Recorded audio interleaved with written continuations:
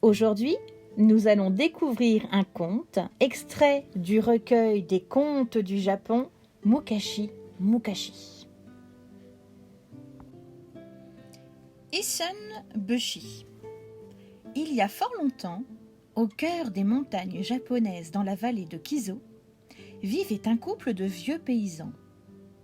Ils vivaient modestement et cultivaient un petit champ qui leur permettait de manger. Ils étaient heureux.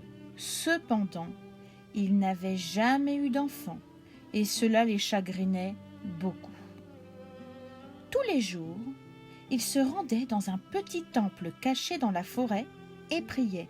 « Nous aimerions un enfant, un seul, même s'il est tout petit, même s'il tient dans le creux de la main. » Alors qu'ils ne s'y attendaient plus, la femme donna naissance à un enfant. Il était tout petit, tellement petit qu'il tenait dans le creux d'une main. Ils l'appelèrent Isen Bushi, ce qui signifie « grand comme un pouce ». Les années passèrent et Isen Bushi apprit à marcher, à parler, puis à danser, chanter, lire et écrire des poèmes. Il était malin et très agile, mais il ne grandissait pas d'1 centimètre. Les autres enfants se moquaient de sa petite taille et Isen Bushi avait pour seuls amis un moineau et un crapaud. Un jour, il se confia à eux. « Je suis tellement petit, je me sens tellement inutile. Que dois-je faire ?»« Tu dois réaliser tes rêves, » lui répondit le moineau. « Deviens qui tu as envie d'être, » lui conseilla le crapaud. « Vous avez raison, » s'exclama Isen Bushi. « Je vais accomplir mon plus grand souhait, devenir samouraï. » Isen Bushi expliqua aussitôt son projet à ses parents. « Père, mère, je veux devenir samouraï, et pour cela, je dois me rendre au plus vite à la capitale. » Ses parents furent d'abord surpris et très inquiets. « Tu es trop petit, c'est dangereux. » Mais il insista. « Je dois suivre mon destin, je dois partir. » Ses parents l'aimaient et voulaient son bonheur. Alors, ils finirent par accepter son départ.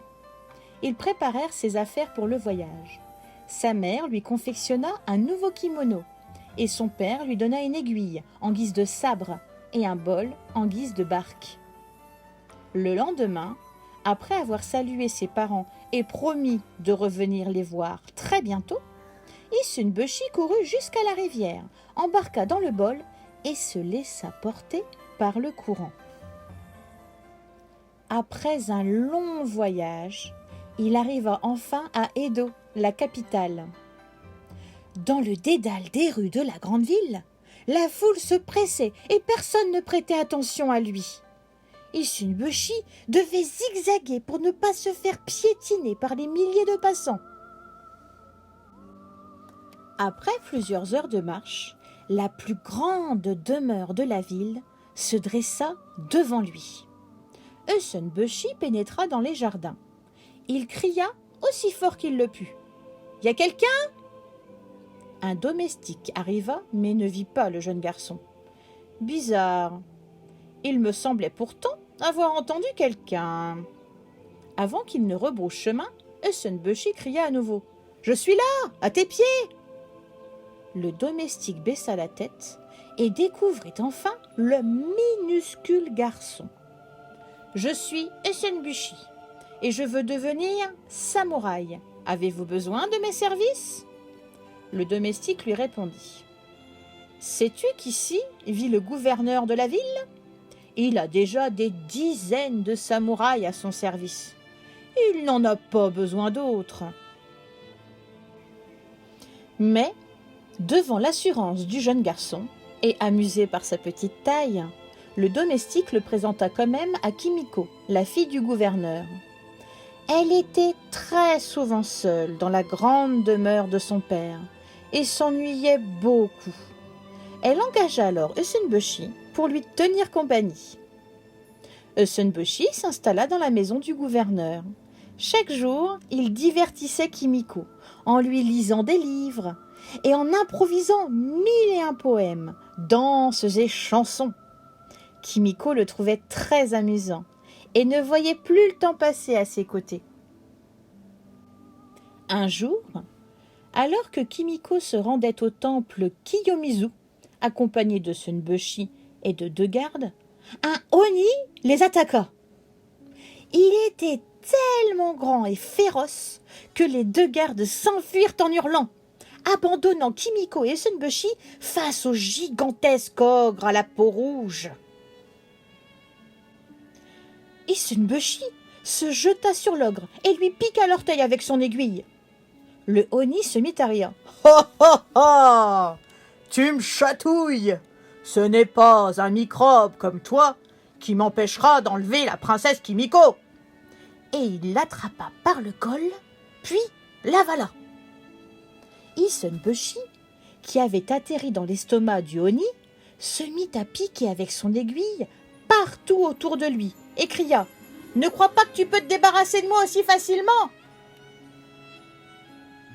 Le oni se tordit de douleur, le recracha et s'enfuit à toute vitesse.